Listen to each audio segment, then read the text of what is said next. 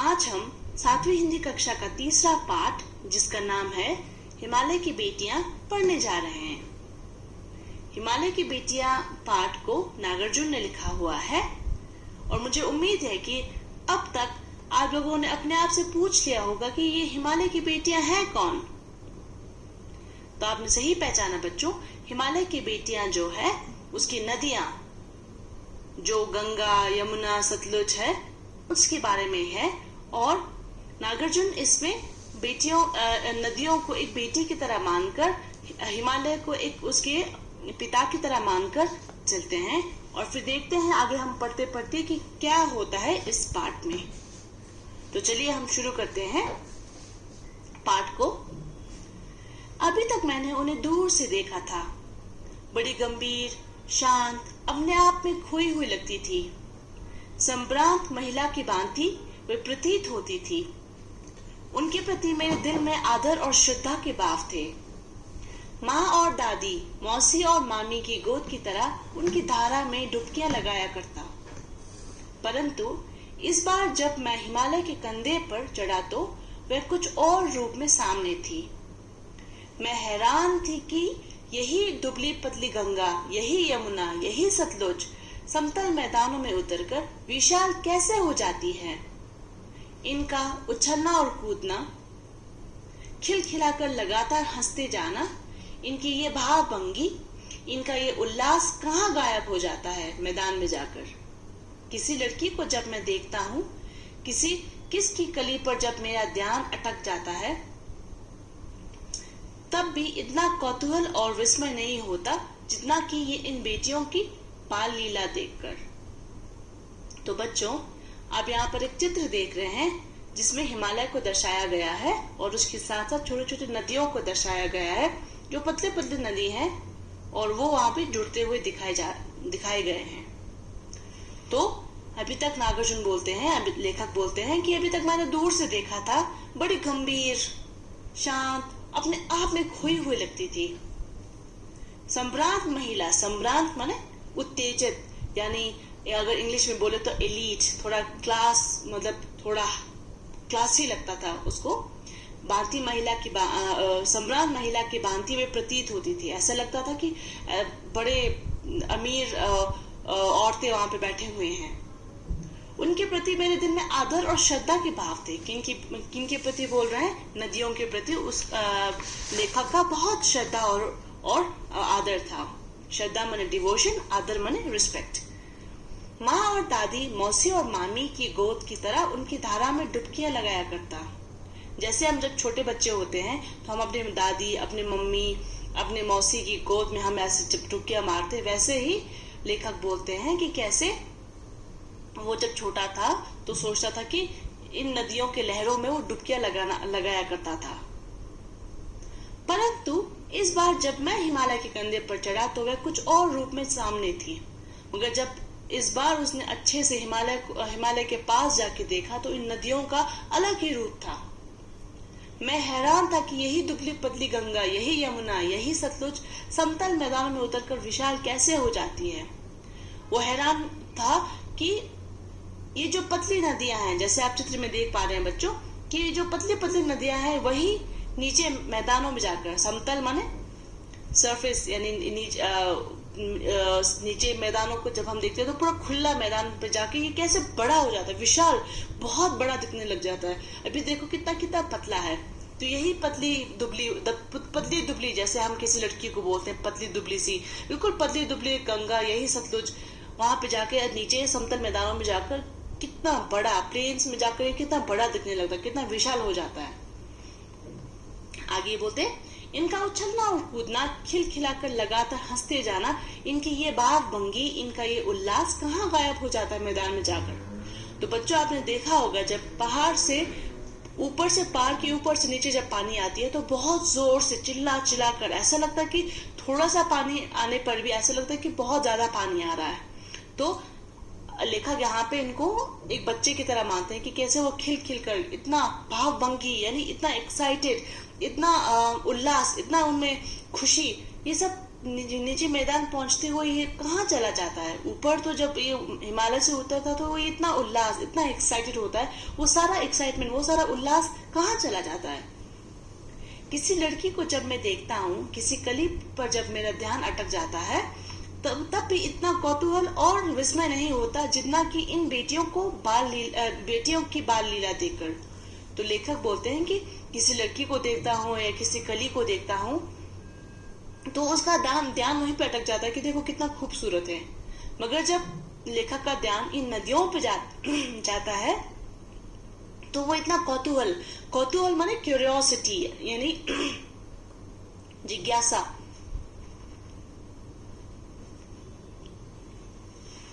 कौतूहल माने जिज्ञासा भरा हुआ, बहुत क्यूरियोसिटी, उसको पूछने का मन करता है। और विस्मय यानी डिसअपॉइंट नहीं होता। विस्मय माना जैसे कि आप कुछ चाहते हो और वो पूरा नहीं हो पाता तो आप विस्मय हो जाते हो। तो इसमें इतना डिसअपॉइंट नहीं होता जितना कि इन बेटियों के बाल लीला देखकर, जितना इन बेटियों का बाल लीला, आपने सुना रामलीला सुना होगा। बाल लीला माने बाल माने बच्चा, लीला माने किसी महान आदमी पे एक कोई ड्रामा हो, प्ले हो, उसे हम बोलेंगे लीला। तो वैसे ही बोलते हैं कि कैसे इन बच्चों का खेलना वहां हिमालय से उतर कर इतने जोरों शोर से उतर कर नीचे समतल मैदानों पर पहुंचने पर सारा उल्लास खत्म हो जाना, इन सबको देखकर लेखक हैरान हो जाता है। तो चलिए आगे बढ़ते हैं। कहाँ ये भागे जा रही है? वो कौन लक्ष्य है जिसने इन्हें बेचैन कर रखा है? अपने महान पिता का विराट प्रेम पाकर भी अगर इनका हृदय अतृप्त ही है तो वो कौन होगा जो इनकी प्यास मिटा सकेगा? बर्फ जली नंगी पहाड़ियां, छोटे छोटे पौधों से बड़ी घाटियां, बंदूर आदित्याएं, सरसब्ज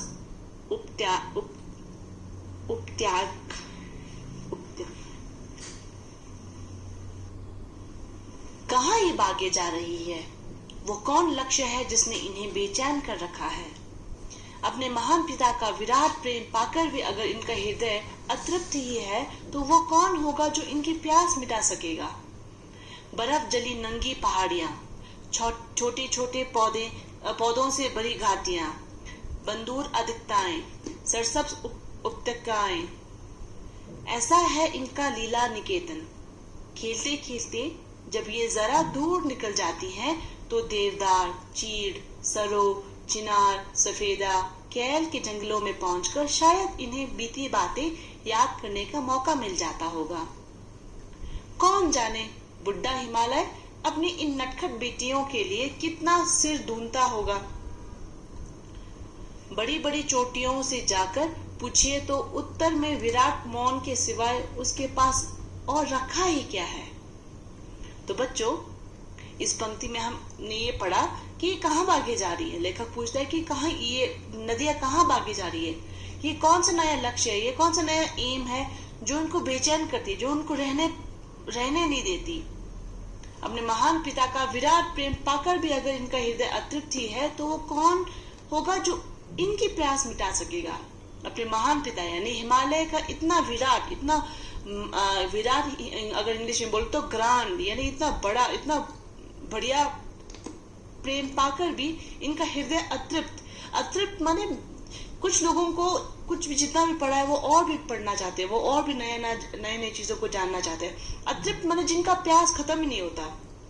तो इतना प्रेम पाकर भी अगर ये बेटियां अतृप्त है, वो और भी जानना चाहते हैं, तो ऐसा क्या है, वो कौन होगा कि इनकी प्यास मिटा सकेगा? ऐसा क्या होगा कि जिससे इनकी प्यास मिट जाए।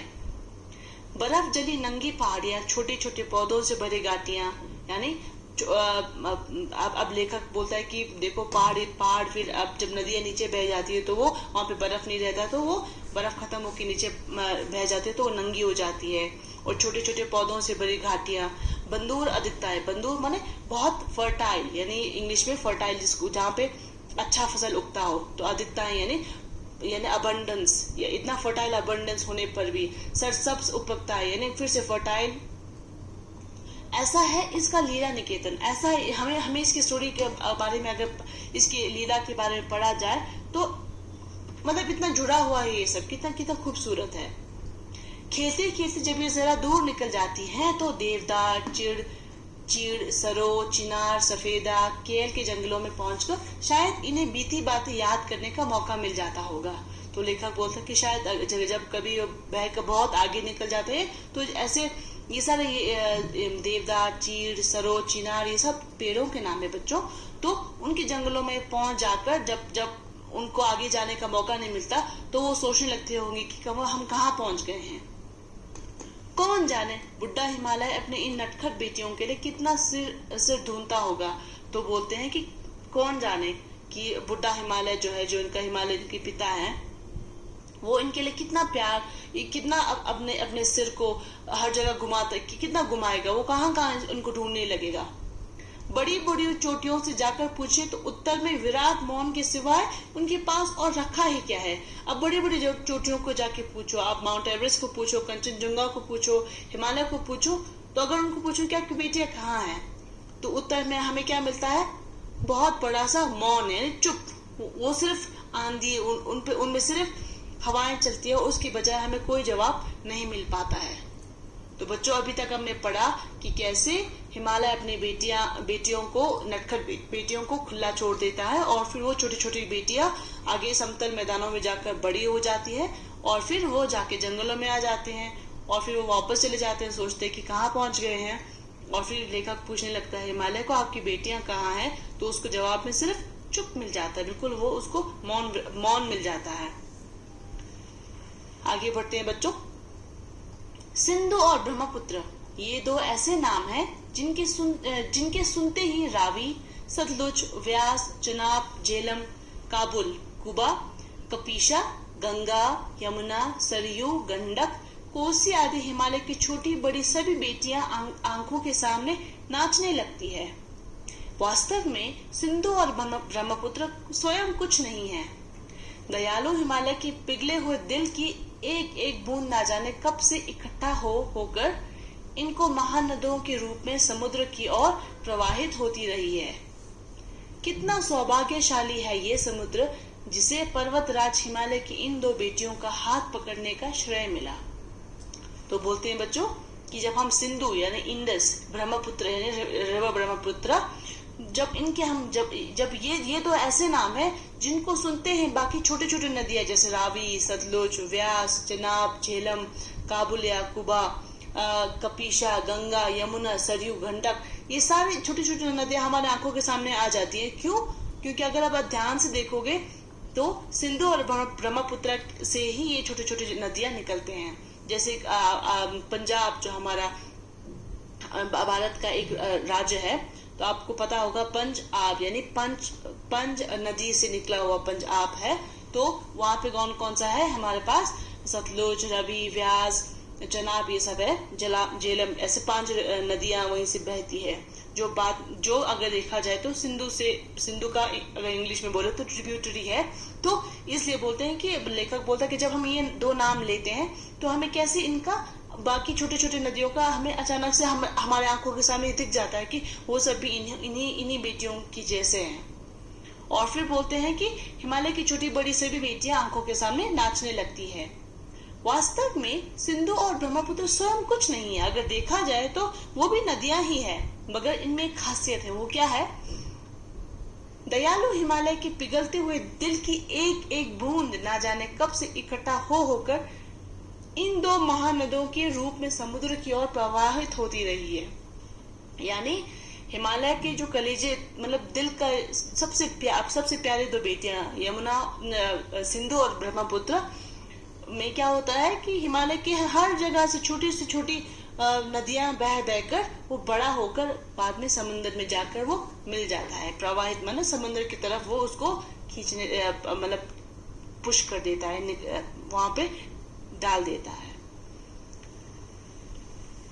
कितना सौभाग्यशाली है वो समुद्र जिसे पर्वतराज हिमालय की इन दो बेटियों का हाथ पकड़ने का श्रेय मिला। अब लेखक बोलता है कि कितना लकी है, सौभाग्यशाली, कितना वो सौभाग्यशाली है कि वो समुद्र यानी जैसे कि आपको पता होगा कि ब्रह्मपुत्र बे ऑफ बंगाल में गिरता है और फिर सिंधु जो है हमारा अरेबियन सी में गिरता है। तो बोलते कि ये जो समुद्र है वो कितना सौभाग्यशाली है कि पर्वतराज के दो बेटियों का हाथ पकड़ने का श्रेय मिला, उनको ये क्रेडिट मिला है कि देखो कि ये उन महानदियों का पानी उस समुद्र में वो उठाने का उसको श्रेय मिला है, उसको कितना सौभाग्यशाली है बोल रहे हैं। ठीक है, आगे बढ़ते हुए, जिन्होंने मैदानों में ही इन नदियों को देखा होगा उनके ख्याल में शायद ही ये बात आ सके कि बूढ़े हिमालय की गोद में बच्चियां बनकर ये कैसे खेला करती हैं। माँ बाप की गोद में नंग दड़ंग होकर खेलने वाली इन बालिकाओं का रूप पहाड़ी आदमियों के लिए आकर्षक भले ना हो, लेकिन मुझे तो ऐसा लुभावना प्रतीत हुआ वो रूप कि हिमालय को ससुर और समुद्र को उसका दामाद कहने में कुछ भी झिझक नहीं होती है। तो बोलते हैं कि जिन्होंने मैदानों में नदियों को देखा, जिन लोगों ने चाहे सिंधु हो, चाहे ब्रह्मपुत्र हो, चाहे बाकी सारी छोटी छोटी नदियों हो, उनको जब मैदानों में देखा तो शायद उनको इतना ख्याल नहीं आया होगा कि ये भी एक समय था कि जब ये बच्चों की तरह खेल के इतने उल्लास भर से आते थे। मगर ये बात आ सके कि बूढ़े हिमालय की गोद में बच्चियां बनकर ये कैसे खेला करती है, शायद वो सोचते भी नहीं होंगे कि ये भी कभी बच्चों की तरह खेल कर आते हैं। माँ बाप की गोद में नंग दड़ंग होकर खेलने वाले इन बालिकाओं का रूप पहाड़ी आदमियों के लिए आकर्षक भले ना हो। क्यों? पहाड़ी लोगों जिन लोगों ने इन हिमालय की बेटियों को जब छोटे थे, जब वो खेलते थे, वो उनको बेशक पसंद ना आए। क्यों? क्योंकि वो बहुत शोर वाला होता है। जब जैसे कि मैंने आपको कहा कि जब पानी पहाड़ों से उतरता है तो वो कितने जोरों शोरों से आता है। तो वैसे ही पहाड़ी लोगों को चाहे वो आकर्षित ना लगे, चाहे वो अच्छा ना लगे, मगर जो समतल मैदानों में जो लोग देखते हैं वो कभी सोचते ही नहीं होंगे कि ये भी बच्चे हैं। लेकिन मुझे तो ऐसा लुभावना प्रतीत हुआ वो रूप कि हिमालय को ससुर और समुद्र को उसका दामाद कहने में कुछ भी झिझक नहीं होता है। यानी बोलते अपने आप को वो एक पति की तरह मानकर बोलते हैं कि कैसे हिमालय को वो अपना ससुर मानेगा और फिर समुद्र जो है उसका दामाद होगा। इसलिए इसकी वजह से वो लेखक बिल्कुल नहीं झिझकता जब समुद्र, जैसे कि एक बेटी अपने पिता का घर के छोड़कर अपने पति के घर को जाता है, वैसे ही हिमालय की बेटियां हिमालय से निकलकर समुद्र में जाकर मिल जाते हैं। वैसे ही वो एक कवि की तरह, एक लेखक की तरह वो देख के बोलता है कि कैसे वो बिल्कुल नहीं झिझकता जब वो ऐसा कहता है कि हिमालय ससुर और समुद्र दामाद हो सकता है। तो आगे बढ़ते हैं बच्चों। कालिदास ने विरही यक्ष ने अपने मेघदूत से कहा था, वेत्रवती बेतवा नदी को प्रेम का प्रतिदान देते जाना, तुम्हारी वो प्रेयसी तुम्हें पाकर अवश्य ही प्रसन्न होगी। ये बात इन चंचल नदियों को देखकर मुझे अचानक याद आ गई और सोचा कि शायद उस महाकवि को भी नदियों का सचेतन रूपक पसंद था। दरअसल जो भी कोई नदियों को पहाड़ी घाटियों और समतल आंगनों के मैदानों में जुदा जुदा शक्लों में देखेगा, वो इसी नतीजे पर पहुंचेगा। तो बच्चों, इस पंक्ति में बोलते हैं कि कालिदास जो एक बहुत बड़े लेखक थे, वो उन्होंने कालिदास के विरही यक्ष ने अपने मेघदूत से कहा था। ठीक है, कालिदास के बारे में बोल रहे हैं कि उन्होंने मेघदूत से कहा था, वेत्रवती यानी बेतवा नदी को प्रेम का प्रतिदान देते जाना, तुम्हारी वो प्रेयसी तुम्हें पाकर अवश्य ही प्रसन्न होगी। यानी वो मेघदूत को बताता है कि जब आप जाओगे तो बेतवा नदी को प्रेम का प्रतिदान देते जाना, यानी उसको बहुत सारा खूब सारा प्रेम देते जाना, प्यार देते जाना, तुम्हारी वो प्रेयसी तुम्हें पाकर अवश्य ही प्रसन्न होगी। यानी जब वो तुम्हें पाएगा तो वो बहुत खुश होगी। प्रेयसी माने बिलावेट, वो तुम्हें वो जब तुम्हें पाएगी तो बहुत खुश होगी। क्यों? क्योंकि बेतवा नदी जो है वो बिल्कुल बारिश पे ही अपना सब कुछ, बेतवा नदी में जब तक बारिश ना हो तो बढ़ता नहीं। इसी तरह वो बोलते हैं कि कैसे ये कालिदास जी ने कहा था कि मेघदूत को कि कृपया करके आप बेतवा नदी में थोड़ा प्रेम देते जाना, यानी थोड़ा बरसाते जाना। ये बात इन चंचल नदियों को देखकर मुझे अचानक याद आ गई और सोचा कि शायद उस महाकवि को भी नदियों का सचेतन रूपक पसंद था। यानी बोलते हैं कि अब समझ आया कि उस महाकवि को यानी कालिदास को भी इन नदियों का सचेतन रूपक यानी उनका ओरिजिन के बारे में इतना उनको अच्छे से पता था और उनको पसंद भी था। दरअसल जो कोई भी नदियों को पहाड़ी घाटियों और समतल आंगनों के मैदानों में जुदा जुदा शक्लों में देखेगा वो इसी नतीजे पे पहुंचेगा। तो बच्चों, लेखक बोलते हैं कि दरअसल जो कोई भी नदियों को अलग अलग देखेगा, हिमालय में और एक रूप और समतल मैदानों में और एक रूप, तो यही सोचेगा कि पक्का ये नदियां पहले से ऐसे ही थी, वो बिल्कुल चंचल नहीं थे करके सोचेगा, बोल रहे हैं। चलिए आगे बढ़ते हैं। काका काले लकड़ ने नदियों को लोक माता कहा है, किंतु माता बनने से पहले यदि हम इन्हें बेटियों के रूप में देख ले तो क्या हर्ज है। और थोड़ा आगे चलिए, इन्हीं में अगर हम प्रेयसी की भावना करें तो कैसा रहेगा। ममता का एक और भी धागा है जिसे हम इनके साथ जोड़ सकते हैं। बहन का स्थान कितने कवियों ने इन नदियों को दिया है। एक दिन मेरी भी ऐसी भावना हुई थी। थोलिंग, तिब्बत की बात है। मन उचट गया था, तबीयत ढीली थी। सतलज के किनारे जाकर बैठ गया। दोपहर का समय था। पैर लटका दिए पानी में।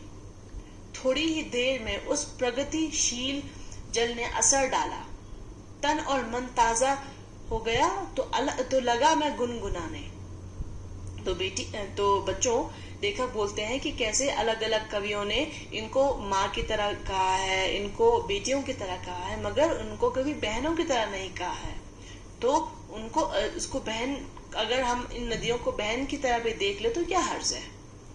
तो एक दिन जब कवि बहुत गुस्से में था, जब वो बहुत थक गया था, तो वो जाके नदी में अपना पैर डाल के बैठ गया और फिर नदी ने अपने ठंडे पानी से कवि को ठंडक पहुंचाया और फिर वो गुनगुनाने लगा। और यहाँ पर एक उसने गाना लिख दिया है। गाने में है, जय हो सतलज बहन तुम्हारी, लीला अचरज बहन तुम्हारी। हुआ मुदित मन हटा खुमारी, जाऊं मैं तुम पर बलिहारी। तुम बेटी ये बाप हिमालय, चिंतित पर चुपचाप हिमालय। प्रकृति नटी के चित्रित पट पर, अनुपम अद्भुत छाप हिमालय। जय हो सतलज बहन तुम्हारी। तो ये नदी था सतलुज, और फिर सतलुज के लिए गुणगान गाता है। उसमें क्या क्या बोलता है, जय हो सतलुज बहन तुम्हारी। यानी दरअसल जो कोई भी नदियों को पहाड़ी घाटियों और समतल आंगनों के मैदानों में जुदा जुदा शक्लों में देखेगा वो इसी नतीजे पे पहुंचेगा। तो बच्चों, लेखक बोलते हैं कि दरअसल जो कोई भी नदियों को अलग अलग देखेगा, हिमालय में और एक रूप और समतल मैदानों में और एक रूप, तो यही सोचेगा कि पक्का ये नदियां पहले से ऐसे ही थी, वो बिल्कुल चंचल नहीं थे करके सोचेगा, बोल रहे हैं। चलिए आगे बढ़ते हैं। काका काले लकड़ ने नदियों को लोक माता कहा है, किंतु माता बनने से पहले यदि हम इन्हें बेटियों के रूप में देख ले तो क्या हर्ज है। और थोड़ा आगे चलिए, इन्हीं में अगर हम प्रेयसी की भावना करें तो कैसा रहेगा। ममता का एक और भी धागा है जिसे हम इनके साथ जोड़ सकते हैं। बहन का स्थान कितने कवियों ने इन नदियों को दिया है। एक दिन मेरी भी ऐसी भावना हुई थी। थोलिंग, तिब्बत की बात है। मन उचट गया था, तबीयत ढीली थी। सतलज के किनारे जाकर बैठ गया। दोपहर का समय था। पैर लटका दिए पानी में। थोड़ी ही देर में उस प्रगतिशील जल ने असर डाला। तन और मन ताजा हो गया तो लगा मैं गुनगुनाने। तो बच्चों, लेखक बोलते हैं कि कैसे अलग अलग कवियों ने इनको माँ की तरह कहा है, इनको बेटियों की तरह कहा है, मगर उनको कभी बहनों की तरह नहीं कहा है। तो उनको उसको बहन, अगर हम तो बच्चों, यहाँ पे लेखक बोल रहे हैं, जय हो सतलुज बहन तुम्हारी, लीला अचरज बहन तुम्हारी। यानी अब नदियों को एक बहन का रूप देकर बोल रहे हैं कि जय हो सतलुज बहन तुम्हारी, लीला अचरज बहन तुम्हारी। तुम्हारे लीला का क्या कहना, तुम्हारे कहानियों का क्या कहना। हुआ मुदित मन हटा खुमारी, जाऊं मैं तुम पर बलिहारी। हुआ मुदित मन हटा खुमारे, यानी मन जो है मुदित हो गया, बहुत खुश हो गया। हटा खुमारी यानी खुमार, एक जो अदा थी वो हट गई। जाऊं मैं तुम पर बलिहारी, मैं तुम पर निछावर हो जाऊं, अपने आप को अकर दूं। तुम बेटी ये बाप हिमालय, चिंतित पर चुपचाप हिमालय। आप बेटी हो और आपके आपके पापा हिमालय हैं। चिंतित पर चुपचाप हिमालय, आप चिंतित पर चुपचाप हिमालय। हिमालय चिंतित है मगर वो शोर नहीं मचा रहा, वो बिल्कुल चुपचाप है। प्रकृति नटी के चित्रित पट पर अनुपम अद्भुत छाप हिमालय। प्रकृति नटी के चित्रित पट पर यानी प्रकृति का जो कैनवस है, पेंटिंग का कैनवस है, उस पे क्या खूब पेंटिंग बनाया है आपका। अनुपम अद्भुत छाप हिमालय, बिल्कुल मतलब हिमालय के अद्भुत की तरह, हिमालय की खूबसूरती की तरह आपको भी बनाया गया है। जय हो सतलुज बहन तुम्हारी, यानी आप जो हमारे बहन हो सतलुज, आपको हमारा जय। ठीक है, तो ये हमने पाठ पढ़ लिया बच्चों। अब हम करते हैं प्रश्न अभ्यास लेख से। पहला हमारा पाठ है लेख से। नदियों को मां मानने की परंपरा हमारे यहाँ काफी पुरानी है, लेकिन लेखक नागार्जुन उन्हें और किन रूपों में देखते हैं। तो बच्चों, मैंने आपको अभी बताया कि नागार्जुन नदियों को बहन के रूप में देखना चाहते हैं। तो आप कह सकते हैं कि लेखक नागार्जुन उन्हें बहन, बेटी के रूप में देखते हैं। सिंधु और ब्रह्मपुत्र की क्या विशेषताएं बताई गई हैं। तो बच्चों, मैंने आपको जिस पार्ट में, जिस स्टैंजा में सिंधु और ब्रह्मपुत्र के बारे में था कि कैसे वो महानदी है, उनको देखते ही और छोटे छोटे नदियों की याद आ जाती है, और वो कैसे हिंद महासागर इनको हाथ थामे रहना, कितना वो अपने आप को सौभाग्यशाली मानना चाहिए। तो आपको इन्हीं के बारे में थोड़ा आपको लिखना पड़ेगा बच्चों। तो फिर तीसरा पाठ है, तीसरा प्रश्न है, काका कालेकर ने नदियों को लोक माता क्यों कहा है। तो बच्चों, काका कालेकर ने नदियों को लोक माता क्यों कहा है, क्योंकि वो हर गांव को, हर शहरों को अपने पानी से, अपने सहज से वो संवारते हैं। चौथा प्रश्न है, हिमालय की यात्रा में लेखक ने किन किन की प्रशंसा की है। तो बच्चों, हिमालय की यात्रा में लेखक ने किन किन की प्रशंसा की है। हिमालय की यात्रा में लेखक ने नदियों का, जिसमें चिनाब, रावी, व्यास, सतलुज है, उनकी प्रशंसा की है, और साथ साथ में पहाड़ी लोगों की भी प्रशंसा की है। हमारे पास दूसरा पाठ है लेख से आगे। इसमें पहला प्रश्न है, नदियों और हिमालय पर उनके कवियों ने कविताएं लिखी है। नदियों और हिमालय पर अनेक कवियों ने कविताएं लिखी है। उन कविताओं का चयन पर उनकी तुलना पाठ में निहित नदियों के वर्णन से कीजिए। तो आपको पता है बच्चों की नदियों और हिमालय पर बहुत सारे कवियों ने लिखा है, इन पे कविताएं लिखी है। तो उन कविताओं का चयन कर, उन कविताओं को सेलेक्ट कर, चयन माने सेलेक्ट कर आपको उनकी तुलनाओं का कंपैरिजन करना है कि इसमें निहित नदियों के वर्णन से कीजिए। यानी हमें कंपैरिजन करना है कि ऐसे कौन सा नदी है जो बहता रहता है, और कौन कौन सी नदी है निहित माने जो हमेशा रहता है। तो बच्चों, अभी तक आपको समझ आ गया होगा कि कैसे इस पहले प्रश्न में आपको अलग अलग कवियों ने, जिन्होंने नदी पे कविताएं लिखी हैं, उनको लेना है, उनको चुनना है, और फिर आपको उनको कंपैरिजन करके देखना है कि ऐसे कौन कौन सा नदियां हैं जो खुद अपने आप से निहित होते हैं, यानी अपने आप में कंटेन्ड, यानी उनको दूसरों की जरूरत नहीं पड़ती, वो हिमालय के पानी से ही खुद पे खुद बढ़ जाता है। ऐसे आपको उनके बारे में वर्णन करना है, लिखना है। दूसरा प्रश्न है, गोपाल सिंह नेपाली की कविता हिमालय और हम, रामधारी सिंह दिनकर की कविता हिमालय तथा जयशंकर प्रसाद की कविता हिमालय के आंगन में पढ़िए और तुलना कीजिए। आपको ये कविता आपको ढूंढ के आपको इनका कंपैरिजन करना है कि क्या क्या इनमें अलग है। हिमालय और हम, और हिमालय तथा हिमालय के आंगन में, इन तीनों कविताओं में आपको क्या क्या अलग लगा, ऐसी क्या क्या चीजें थी जो आपको बिल्कुल सही, बिल्कुल सिमिलर, यानी आपको सेम लगा, और फिर आपको उनको चुन के लिखना है बच्चों। तीसरा प्रश्न है, ये लेख 1947 में लिखा गया था, तब से हिमालय से निकलने वाली नदियों में क्या क्या बदलाव आए हैं। ये जो ये जो कविता है, ये जो अभी हमने पाठ पढ़ा था, ये हिमालय की बेटियां, ये 1947 में यानी 1947 में लिखा था। अभी 2020 यानी 2020 में हमें क्या क्या हिमालय के नदियों में बदलाव देखने को मिल रहा है? क्या ये प्रदूषित हो गए हैं? क्या ये बड़े हो गए? क्या ये छोटे हो गए? इनका बहाव का यानी कोर्स चेंज हो गया है? कैसा है? आपको उनके बारे में लिखना है। चौथा प्रश्न है, अपने संस्कृत शिक्षक से पूछिए कि कालिदास ने हिमालय को देवात्मा क्यों कहा है। तो बच्चों, देवात्मा शब्द का मतलब होता है देवी जैसा, यानी जो माता की तरह सबको सहजता है, सबको अच्छे से रखता है। तो आप अपने संस्कृत के अगर आपके पाठशाला में शिक्षक है तो पूछिए, वरना आप खुद सोचिए कि कैसे नदी एक माता की तरह हमें सहजता है, हमारे फसलों को पानी दिलाता है और फिर हमें खाना देते हैं, अन्नदाता भी है एक तरह से। तो आपको उसके बारे में सोच के लिखना होगा कि क्यों नदियों को देवात्मा कहा है। फिर दूसरा हमारा पाठ है बच्चों, अनुमान और कल्पना। जैसे कि मैं आपको पहले से बताते आ रही हूँ, अनुमान माने गैस करना, कल्पना माने इमेजिनेशन, यानी आपको इमेजिन करके लिखना है। उसमें से पहला प्रश्न है, लेखक ने हिमालय से निकलने वाली नदियों को ममता भरी आंखों से देखते हुए उन्हें हिमालय की बेटियां कहा है। आप उन्हें क्या कहना चाहेंगे? नदियों की सुरक्षा के लिए कौन कौन से कार्य हो रहे हैं, जानकारी प्राप्त करके और अपना सुझाव दें।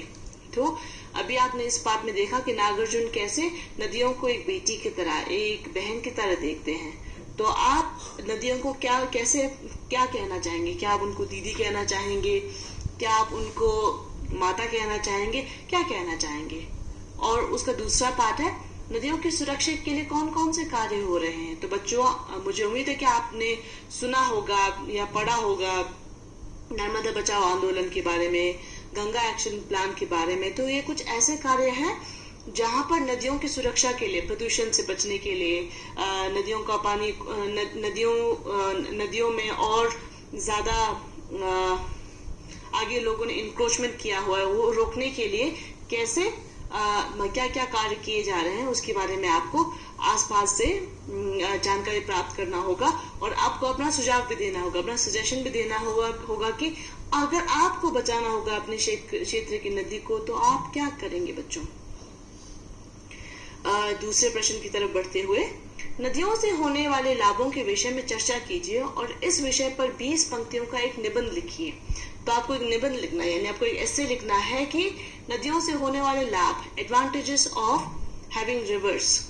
ठीक है, इस टॉपिक पे आपको, इस विषय पे आपको चर्चा करना है, पहले डिस्कशन करना है और फिर आपको 20 पंक्ति का यानी करीब 20 स्टैंडर्स का हो सके तो आपको निबंध लिखना है कि कैसे नदी हमें अलग अलग तरह से लाभ देते हैं। मैं आपको कुछ उदाहरण दे दूं तो सबसे पहले नदी हमें पानी की सुविधा दिलाता है, जिसकी वजह से हम अपने फसलों को पानी दे पाते हैं। दूसरा है कि अगर हमारे गांव में अगर नदी ना हो तो गांव के लिए पीने का पानी भी शायद ना हो पाए। तो कुछ लोग हैं कि जो जिनका जीविका यानी इनकम सोर्स, आर्थिक जीविका उनका नदी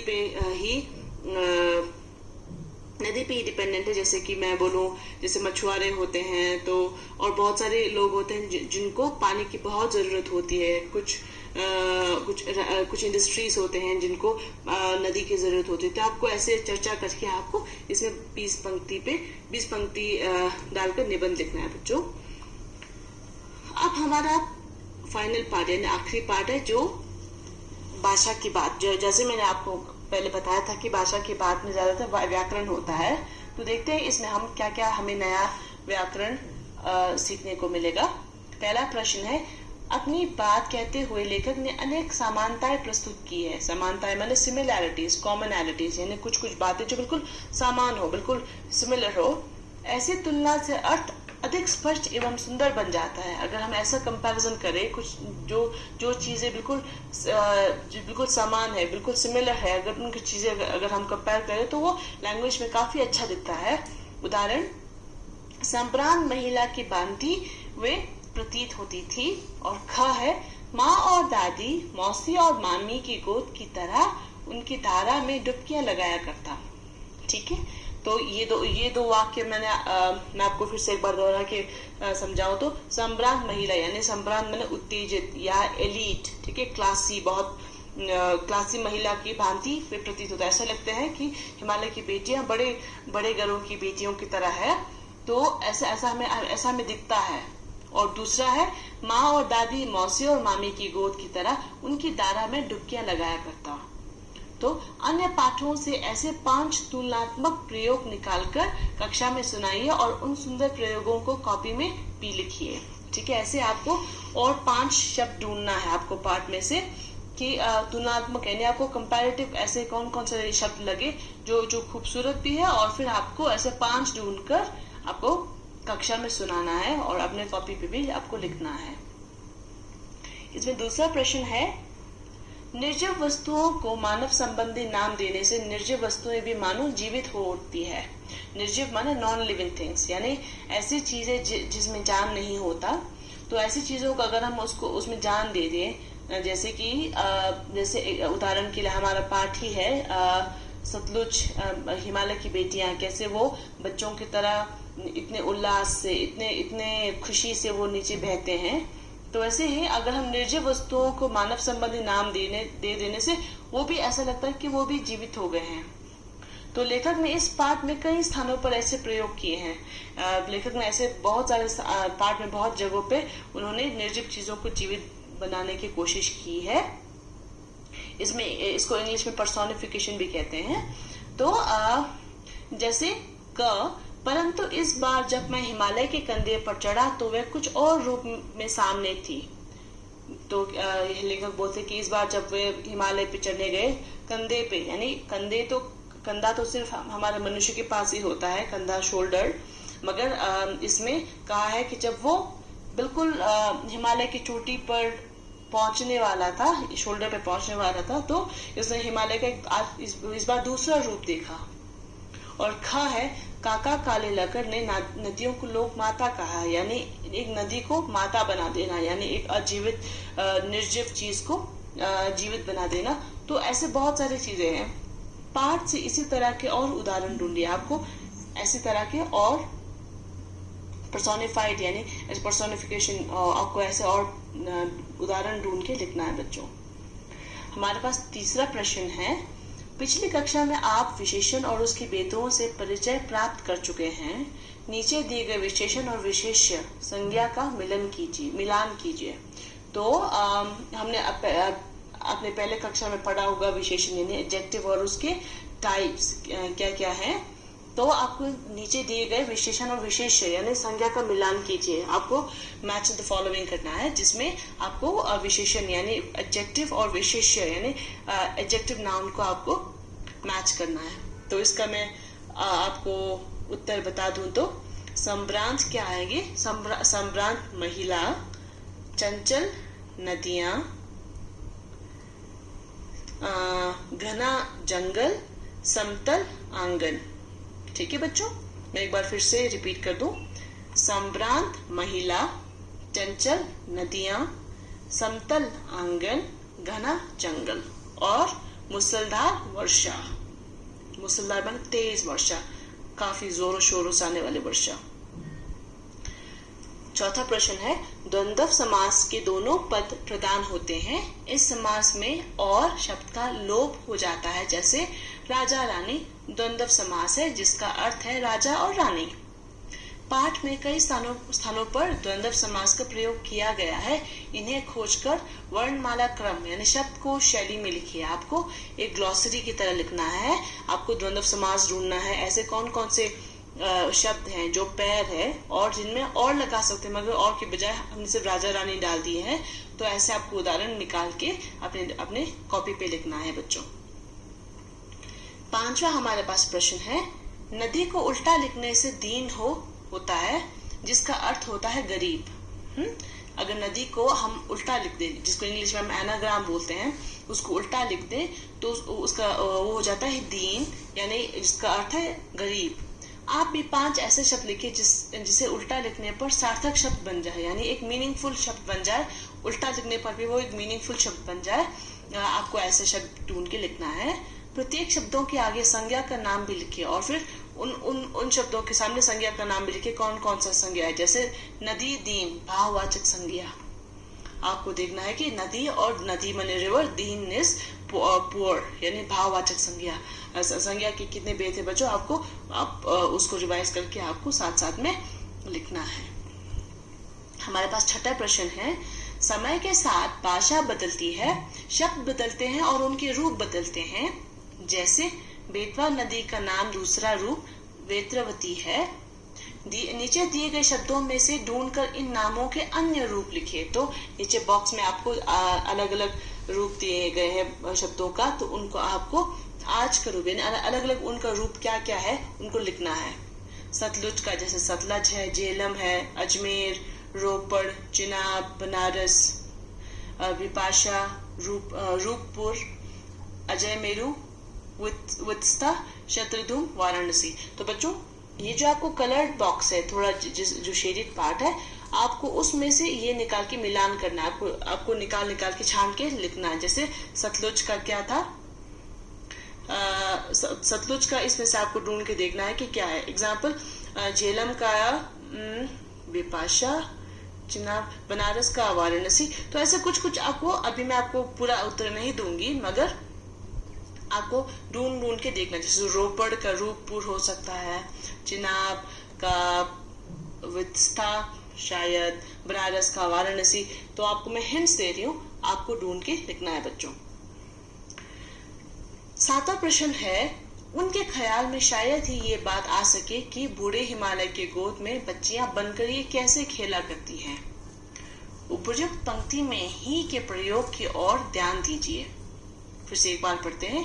उनके ख्याल में शायद ही ये बात आ सके कि बूढ़े हिमालय के गोद में बच्चियां बनकर ये कैसे खेला करती है। ही वाला वाक्य नकारात्मक अर्थ दे रहा है, यानी जैसे हम बोलते हैं कि उसे ही ने ही किया है, लाइक अगर हम उसको नकारते हैं, यानी ये नेगेटिव सेंटेंस बन जाता है, नकारात्मक दे रहा है। इसीलिए ही वाले वाक्य में कही गई बात को हम ऐसे भी कह सकते हैं, उनके ख्याल में शायद ये बात ना आ सके, तो ना के बजाय ही लगाया है बच्चों। तो ऐसे इसी प्रकार नकारात्मक प्रश्नवाचक वाक्य कई बार नहीं के अर्थ में इस्तेमाल नहीं होते हैं। जैसे महात्मा गांधी को कौन नहीं जानता, तो इसको हम अगर ही में लिखे तो कुछ ही में लिखे तो महात्मा गांधी को ही कोई जानता है क्या, या महात्मा गांधी को दोनों प्रकार के वाक्यों के समान 3 उदाहरण सोचिए और इस दृष्टि से उनका विश्लेषण कीजिए। तो आपको दोनों प्रकार के वाक्यों के समान ऐसे जिसमें ही और नहीं लगा सकते, ऐसे प्रकार के वाक्यों के बिल्कुल समान 3 उदाहरण सोचना, आपको 3 सोचना है और इस दृष्टि से उनका विश्लेषण कीजिए। उसी तरह आपको उसके बारे में लिखना है। ये आखिरी पेज पे हम देख रहे हैं कि केवल पढ़ने के लिए, सिर्फ पढ़ने के लिए है। तो मैं आपको ये एक बार पढ़ के सुना देती हूँ। ये एक छोटी सी कविता है जिसको नागार्जुन ने लिखा है और इस कविता का नाम है फूले कदम, यानी कदम का फूल। फूले कदम टहनी टहनी में कंदुक सम झूले कदम, फूले कदम सावन बीता बादल का कोप नहीं रीता, जाने कब से तू बरस रहा ललचाए आंखों से नाहक, जाने कब से तू तरस रहा मन कहता है छूले कदम, फूले कदम फूले कदम। नागार्जुन। तो इसी से हमारा तीसरा पाठ खत्म हो गया बच्चों। मैं आपको चौथे पाठ के साथ मिलूंगी। नमस्कार।